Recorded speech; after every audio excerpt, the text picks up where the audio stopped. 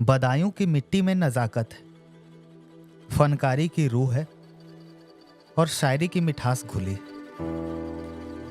इसी ज़मीन में जन्मे थे शकील बदायूनी, वो शायर जिसने उर्दू के अल्फाजों को सुरों की दुनिया में ऐसा पिरोया कि हर एक गीत एक तहजीब बन गया। मोहब्बत, जुदाई और रूहानी खूबसूरती के जज्बात को उन्होंने अपने अशार में इस कदर पिरोया कि सुनने वाला हर दिल उन नगमों में खो जाता था। मोहम्मद रफ़ी, लता मंगेशकर, आशा भोसले जैसे गायकों ने उनके शब्दों को आवाज़ दी और अमर बना दिया। साल था 1916। बदायूं की मिट्टी ने एक ऐसा सितारा पैदा किया जिसकी कलम से जब इश्क, तन्हाई और रूहानियत बहती थी तो अल्फाज भी सदके में झुक जाते थे। बचपन से ही शायरी की मिठास उनके लहजे में घुल चुकी थी। अलीगढ़ मुस्लिम यूनिवर्सिटी से शिक्षा पूरी की, मगर दिल तो हमेशा शेर व शायरी में ही उलझा रहा।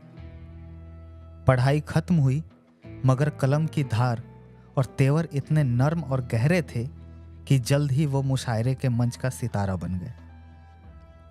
नमस्कार, मैं हूं नवनीत कुमार और आप सुन रहे हैं फिर वो कहानी याद आई। आज हम बात करेंगे शकील बदायूनी के किस्सों की। शकील बदायूनी का ये सफ़र वैसे 1944 में शुरू हुआ था, जब एक मुशायरे में उनकी शायरी सुनने पहुंचे थे फिल्मकार अब्दुल राशिद कारदार। उन्होंने नौशाद के जरिए शकील से मुलाकात की और अपनी फिल्म के लिए गीत लिखने का निवेदन किया।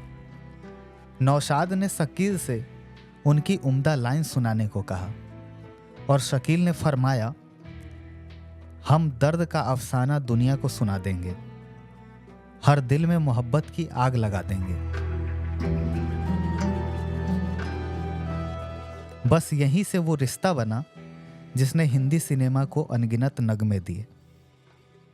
शकील बदायूनी के जिंदगी में एक ऐसा पल भी आया जब उनके शब्दों पर नहीं बल्कि उस एक कम शब्द पर सवाल उठा, और वह भी एक भरी महफिल में। बात है ग्वालियर के एक मुशायरे की, जहां शकील बदायूनी ने अपने कुछ नगमे पेश किए। महफिल में शिरकत कर रहे थे नागपुर से आए मशहूर वरिष्ठ शायर हजरत नातिक गुलाम। शकील साहब ने उनकी इज्जत में अपना ही एक शेर पढ़ दिया, लेकिन नातिक साहब का पारा चढ़ गया। उन्होंने सबके सामने तंज करते हुए कहा, तुम्हारे वालिद और चाचा शायर थे, लेकिन तुम फिल्मी दुनिया में जाते ही शायरी का मीटर भूल गए।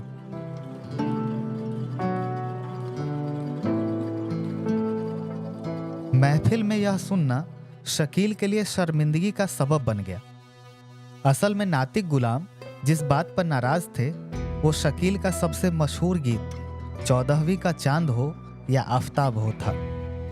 उन्होंने शिकायत की कि इस शेर का मीटर बिगड़ा है, क्योंकि इसकी पहली लाइन में तुम शब्द होना चाहिए था। तुम 14वीं का चांद हो या तुम आफताब हो।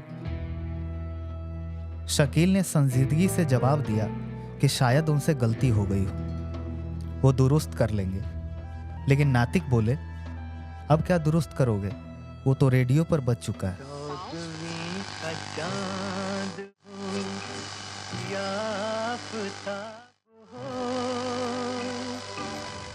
वो महज शायर नहीं थे, वो मोहब्बत के दरबार के सबसे बड़े सूफी थे। 1947 में आई फिल्म दर्द का गीत अफसाना लिख रहा हूँ दिले बेकरार का उनका पहला बड़ा गीत रहा।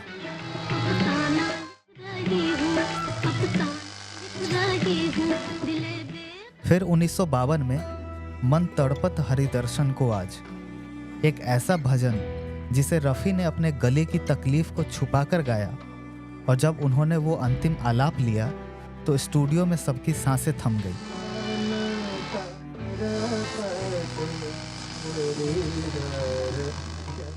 नौशाद पत्थर बन गए और शकील की आंखों में आंसू थे। शकील बदायूनी सिर्फ एक बेहतरीन शायर और गीतकार ही नहीं थे, बल्कि जिंदगी को खुलकर जीने वाले इंसान थे। उन्हें बैडमिंटन खेलने, पिकनिक पर जाने, शिकार करने और खासकर पतंग उड़ाने का बहुत शौक था।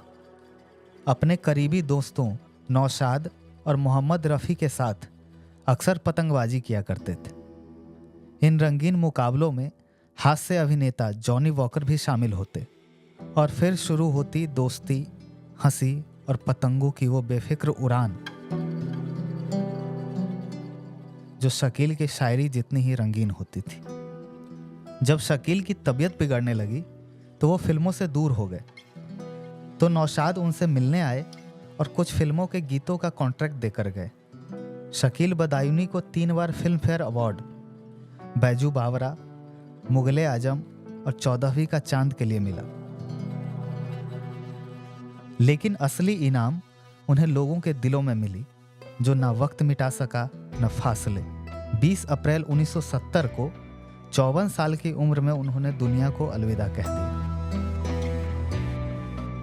लेकिन उनके गीत और शायरी आज भी जिंदा है, महफिलों में गूंजते हैं और दिलों में बसते हैं। भले ही एक बार भरी महफिल में उन्हें डांट सुननी पड़ी हो, लेकिन उनकी फनकारी पर कोई भी सवाल नहीं उठा सकता। तो ये थी शकील बदायूनी की कहानी। ऐसे और किस्सों के लिए जुड़े रहिए हर रविवार स्टेट मिरर के साथ।